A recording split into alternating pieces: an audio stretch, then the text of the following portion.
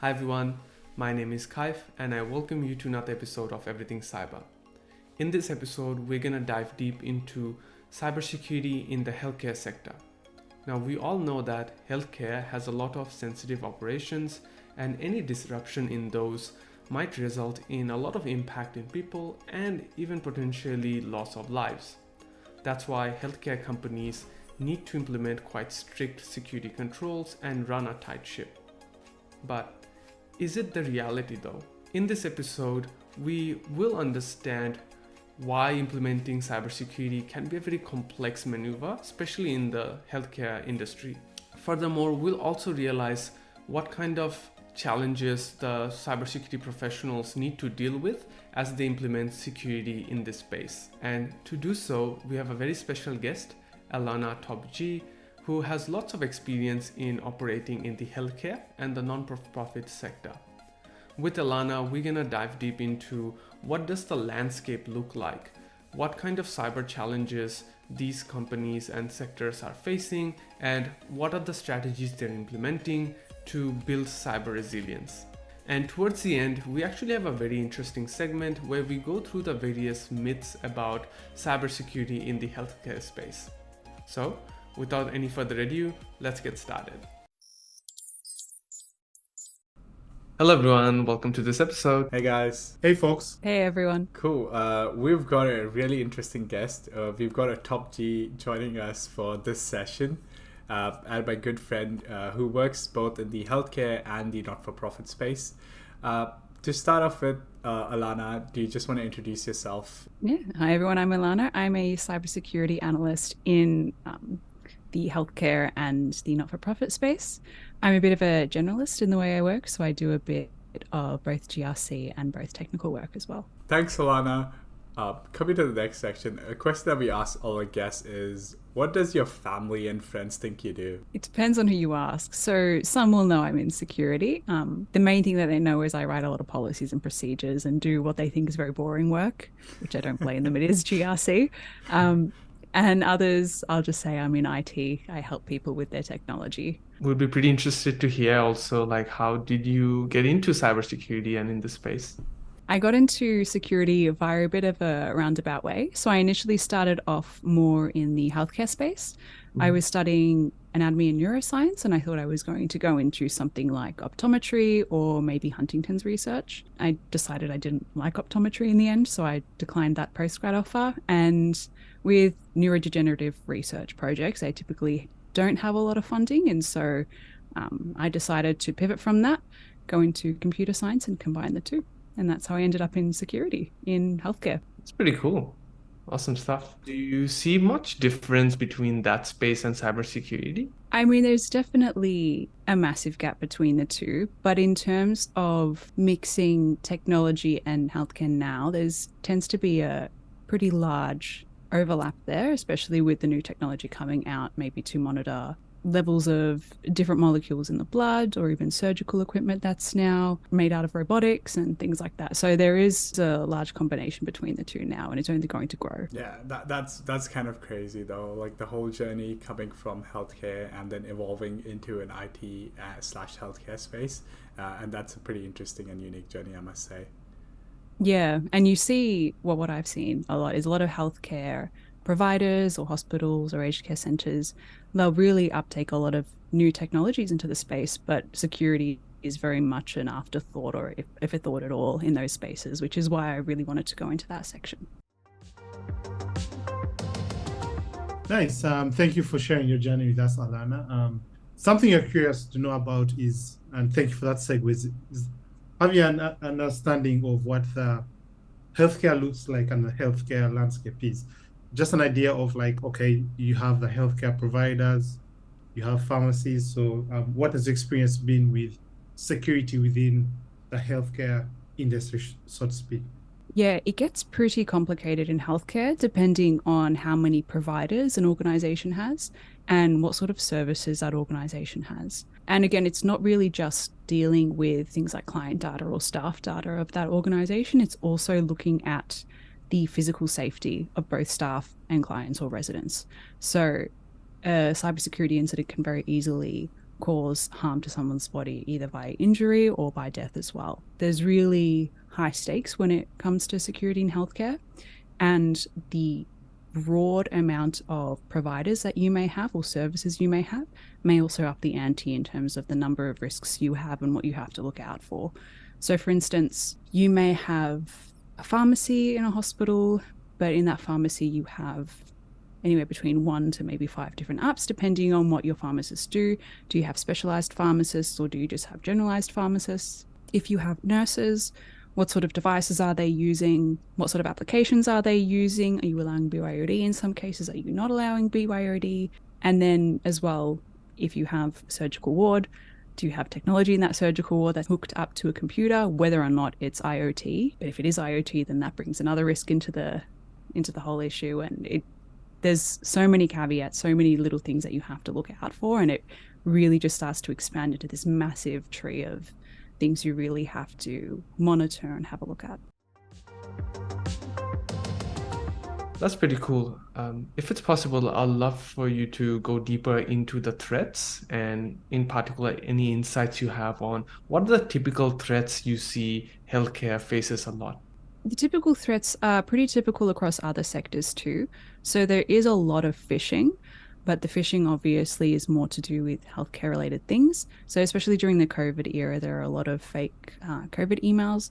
There are a lot of fake WHO emails, so with the World Health Organization. You also get fake medication or fake vaccination emails asking you, hey, you need to book in this medication or this vaccination. If you need it, please, click on the link here to book it in, and then you've downloaded something and, all that sort of thing. So phishing is very much a big part of our threat landscape, not just in aged care, but in hospitals in general and just healthcare in general. Great. If I may interject, in terms of what's the outcome for the phishers? Are they trying to get more medical information, or is it ransomware? What have you seen? It depends on the email. So it can be a bit of a mix. There have been some where they've had an attachment in the email and they said, hey, you need to look at this. And it turns out to be some sort of malware, whether it's ransomware or bloatware or whatever. It really depends on who's sending that email. Sometimes they may pretend to go to a login page so that they can fish your credentials and then log in as you. So there are really two main things that they want. It is just to download malware, or it is to get your credentials so that they can access that patient data or whatever they really want from the system. On the topic of threat, on the flip side, I think threat is just not threat that controls us. It's also our customer expectations and other regulation and requirements often. In the healthcare space, do you see people being more conscious about, their own private health data, and is protecting that data you see becomes a top priority?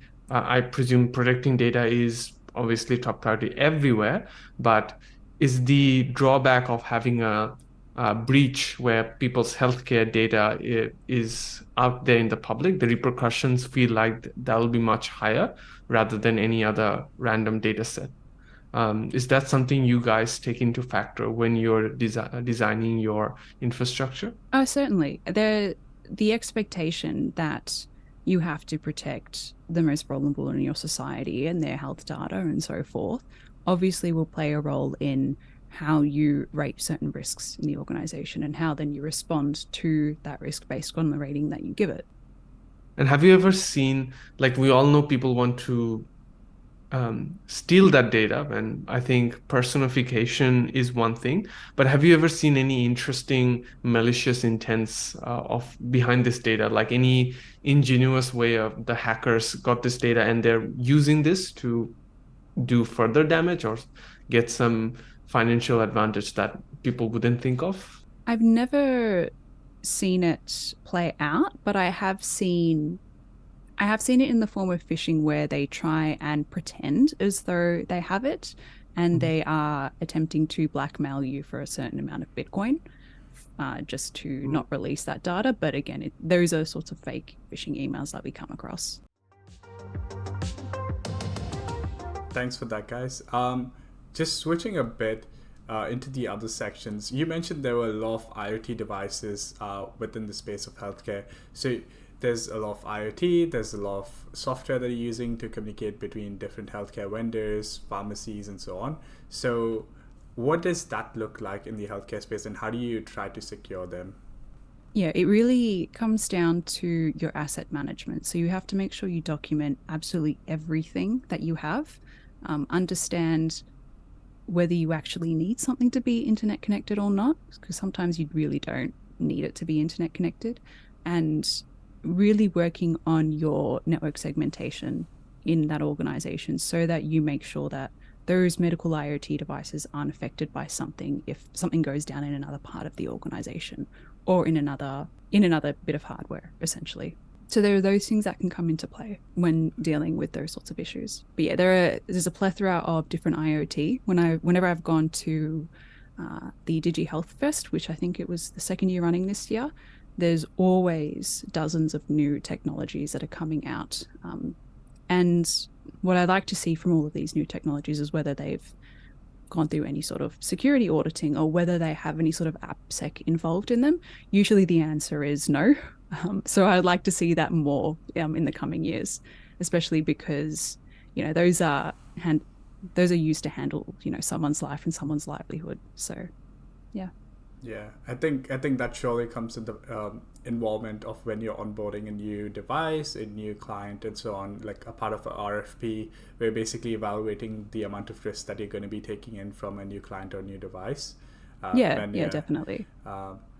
So just taking a step back and looking from another perspective in terms of like incident response and types of incidents that you're going to be dealing with.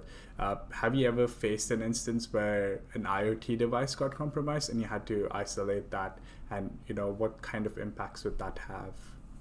Short answer, medical IoT. No, I haven't dealt with that so far. So yeah. Thankfully. Yeah. Yes, thankfully. That'd be a very interesting use case.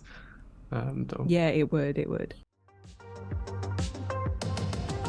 So yeah, thanks for the discussion and really painting a picture of what the healthcare industry is and some of the risks you face. Something I was curious about was when you're working with these companies or coming to these organizations, let me give an example. Like, let's say you may have like a software organization or something, and you have things like ISMS or common criteria or these common risk management frameworks you can use to kind of assess like the cybersecurity risk maturity. So one thing I was curious about is there anything dedicated or any guidelines like from NIST or NEM X body that is dedicated towards the healthcare industry, or do you borrow from ISMS when you're trying to just assess the risk within a healthcare organization? Yeah, I tend to use just the general ISO 27001 standards, no matter what industry I'm in or what industry my client is in, just because it's broad enough that I can apply it to any industry. But obviously, knowing the sector that the client or the organization I'm in is in, then you have to tailor that ISMS to that client or that organization. And then obviously your playbooks will then have to be tailored to them too. So what's going to work in financial services isn't going to work in healthcare. So your ransomware plans will look very different compared to if you were in a hospital versus if you were a superannuation trustee, for instance. Just drawing on those broader bits of security standards like those ISO standards should be enough for the healthcare sector, at least in my opinion. Yeah, that's fine. Thank you for sharing. Yeah. So it's great when you can draw on those broad frameworks to apply them to the different industries. So yeah, thank you for sharing that. Going back to that question, I think we talked about the threats, but I'd be curious about challenges. Like when you're trying to do cybersecurity in this space, what would you say the most common challenges you face working in the healthcare sector? The most common challenge is really the user base, definitely around security awareness. That tends to be the major thing. And you can kind of understand the situation. So, for instance, I'm not expecting a nurse who's been a registered nurse for 30, 40 years to know anything about technology, nor should I really. She's getting all of this new stuff on a computer, like, I don't know, endpoint management and antivirus and this and that, and she has no idea what it does. Or if you try and phish her through simulated phishing and she fails and she doesn't know what she's doing and she doesn't even know that she failed the phishing, you can't really expect that user to get anything out of it unless you start to educate them on security, but do it in layman's terms. So not gatekeeping the subject and so forth. So what I tend to do is I'll go to the sites of a client or the sites of the organization I'm in, sit everyone down throughout the whole day, obviously, because you can't take all the nurses off shift all at once. You'll sit them down, you'll discuss security with them. You'll have to give them definitions of terms such as computer virus, because not everyone knows what a computer virus is. Not everyone knows what phishing is. And you'll tell them essentially what they can and can't do with their work devices or with their emails or with the hardware that they use in the hospital or in the aged care facility. And from there, you then get questions that come from them saying, why can't we do this? Why can't we do that? And then you have to explain it to them. And then you have to ask them, okay, what's the blocker that's preventing you from actually doing what you need to do so that we can be cyber safe? So it's really understanding from their point of view and explaining it so that they can understand and not hiding it behind smoke and mirrors. Otherwise, you're going to get that persistent trouble of just the user base not understanding cybersecurity, not understanding why they have to do certain things. And if someone doesn't know why they have to do certain things and you're just telling them to do it, they're really not going to do it. So you really have to explain it to them so that they understand. Yeah, cool. I'll really agree with that. I feel like a big point of security awareness or bringing up security culture in general is like building relationships with the people you're going to be working with. So opening them up to saying issues that they might face in terms of security and how they could take in the security recommendations that we provide as security professionals and apply it in a day-to-day aspect for their work. Yeah. And sometimes what also helps is going through a scenario or a threat scenario with them and saying, hey, it's not, it's a really fancy hacking technique. They could just send you an email. You click on it. It looks like, your Google or your Microsoft login page, and you put your credentials in, and then they're into our system because they've logged in and they've stolen all the data. It could just be something as simple as that. And for someone who isn't really techie, has never worked in tech, and has been a registered nurse for 30, 40 years, that blows their minds. That's considered hacking, that can be an incident in itself. So yeah. Just explaining it to them and understanding that they don't know everything. So you have to explain it to them in a way that they understand and understand what's blocking them from doing what you need them to do. And is awareness the main weapon of choice you have in terms of driving resilience? Because, for example, in the software development industry, we have concepts such as paved path, right? Where we try to get out of the developer's way by ensuring that the most secure path is often the easiest path to take or the default path to take. Hence, they end up being security, or building in all these guardrails, all the safety nets. Is there anything equivalent in the healthcare space that you guys also do? I mean, there's your typical security measures like your infrastructure security, doing regular pen tests, all that sort of thing, doing a bit of OSINT here and there, threat modeling, threat analysis, that sort of thing. But definitely in the healthcare space, that security awareness is very big. Totally understandable, because even for software companies for whom cybersecurity is for whom cybersecurity is essential. I wanted to say almost essential, but there'll be a cardinal sin. 99% essential. It is essential. Even then, when push comes to shove, when you have features that needs to be pushed out within a due date, compromises are made. I can only imagine in a space where technology is not at the forefront and people have a lot of competing priorities, is overworked, is a lot, under a lot of stress, they would want to do the work in the easiest way possible rather than. Yeah, definitely. Yeah.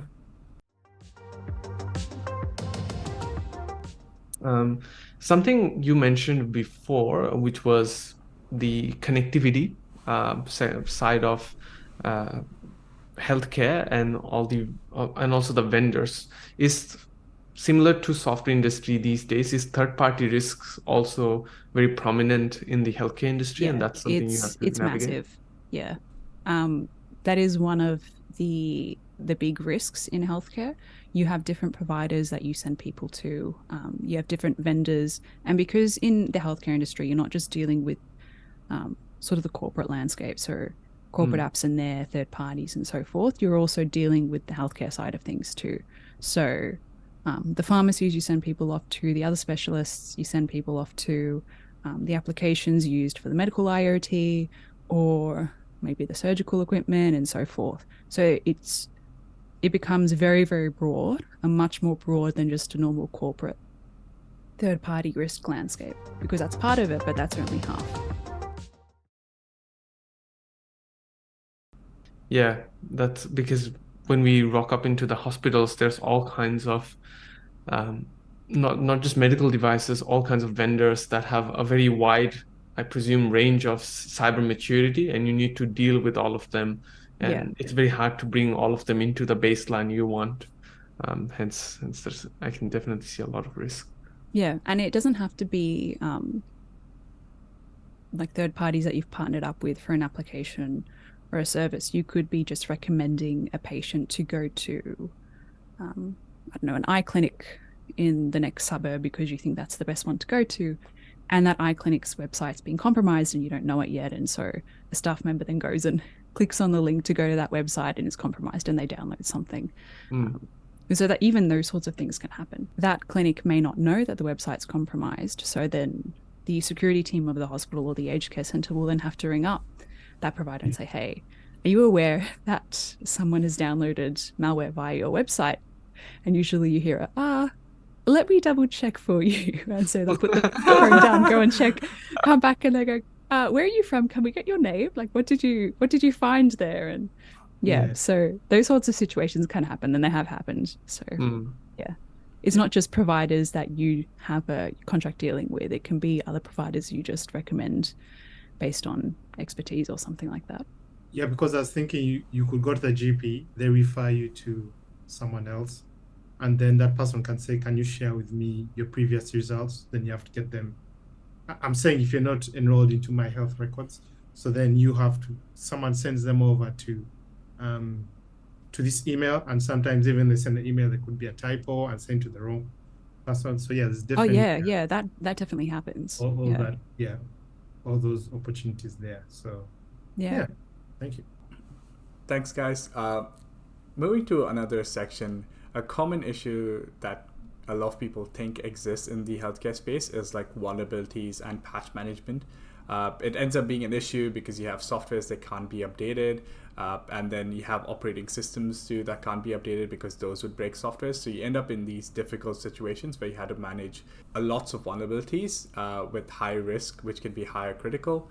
So how do you end up dealing with such situations, and how does vulnerability/patch management look in the healthcare space? Yeah, so you're definitely right.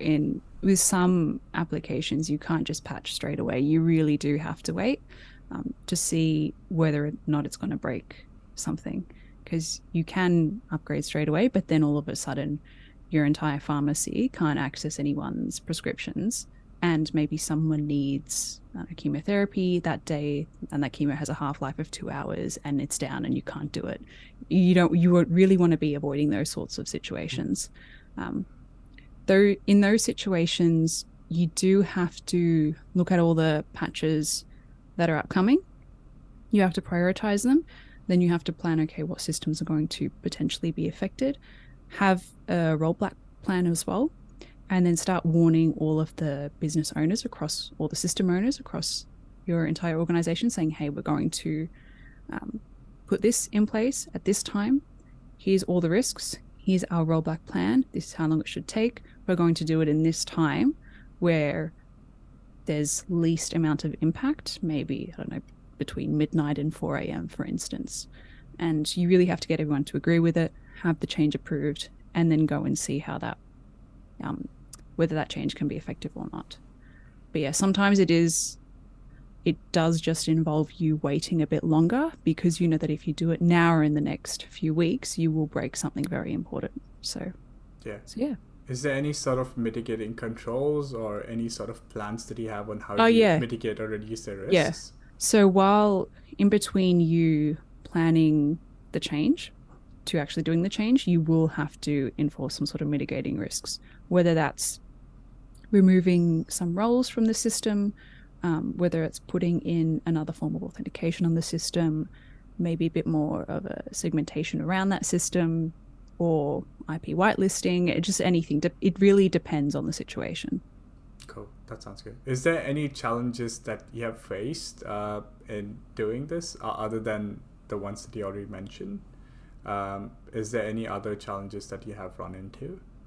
Yeah, so sometimes some of these changes that are very necessary and very critical and have to happen straight away, you do run the risk of not being able to access patient data. And especially in a hospital or an aged care center, you need that patient data 24/7. There may be certain windows in the day where you need it a bit less, but that's the most tricky scenario that you tend to face, is being able to actually access your patient or your client's data in a system that you really do need to critically update, and you can only really apply certain mitigating factors to. Cool. Thanks for sharing that, Alana, and also educating us more on what happens behind the curtain in the healthcare industry. One of the things that's curious to know more about is around the common, let's call them myths and misconceptions people have, or organizations, about cybersecurity in the health industry in particular. What are some of the conversations you've encountered, or some of those myths or misconceptions? Yeah, one of the big ones relate to your small practices. So your small GPs, maybe an orthodontist or a dentist and so forth. They think, well, we're pretty small. We'll be fine. They're not going to target us. And that's usually not the case. What you'll tend to find is the website security of those sorts of practices is pretty poor. And so they tend to get a lot of attacks on that. And if you go visit their website pages, sometimes you can accidentally just download a bit of malware if you visit the page, because the website's been compromised and they don't know. So yeah, that's definitely one big myth I've seen talking to people in healthcare, whether that be doctors or just dentists or anything like that, is that I'm a small practice. I don't need any sort of security because they're not going to target me, but they will. Have you seen anything that's more around like cloud environment, migration to cloud, whether on-premise versus? It depends on the hospital or the organization you're in. Some will be on-prem, some will be a mixture of on-prem and cloud, and some will be just cloud. Usually you'll find it's a bit of a mix, because a lot of these hospitals are quite old, and so they've started off on-prem and are migrating fully to cloud. But what you tend to see as well is they think, well, we're going to cloud, now we're super secure. We have to do a lot less work now. We don't really have to do much security work anymore, and that's just not the case. There is still security risks around cloud. There is still security protocols you have to put in place, even if you use cloud versus on premises. So yeah, that is another big risk there. That's fair. Something I was thinking about was like maybe back in the yesteryear, a lot of the records used to be on physical paper. So yes, now there's I'd say a migration to like electronic medical records. So is that something that falls under cybersecurity? Like, I mean, yeah. So physical records still fall under cybersecurity. You could have someone come into the facility, pretend to be an admin, and just take a bunch of stuff from the room and leave. So you do have to look out for things like that. Not most, but a number of the large hospitals have moved or are moving to those electronic medical record providers instead. So what you'll tend to find is it's less of a threat than it was previously, but we still have hospitals and aged care centers still using those physical records. So there does still have to be risk management around that. Well, thank you so much, Alana. This has been really enlightening, All good. especially for someone who hasn't worked in that industry, just to understand the landscape, the common challenges, and some of the myths as well. And to wrap up this episode, I have just one last question. If the current Alana could have access to a time machine and go back and give some advice to the old Alana that's just starting, what would some advices would be? So basically, if someone's getting started in the cybersecurity industry, especially in the healthcare space, what would some of the advices you'd give them?